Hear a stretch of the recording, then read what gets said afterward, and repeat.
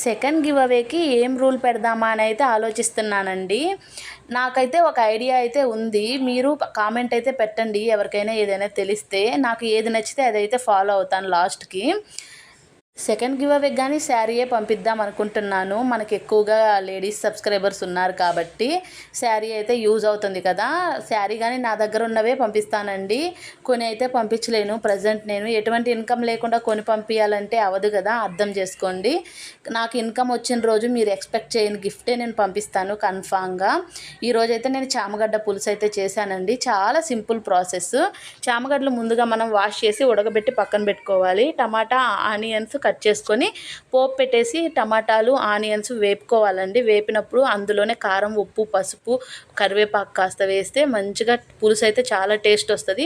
ఉడకబెట్టుకొని తొక్క తీసేసిన చామగడ్డలు వేసి కాస్త చింతపండు పులుసు పోసి దగ్గరగా అయ్యేలా ఉడకబెట్టడమే. ఎటువంటి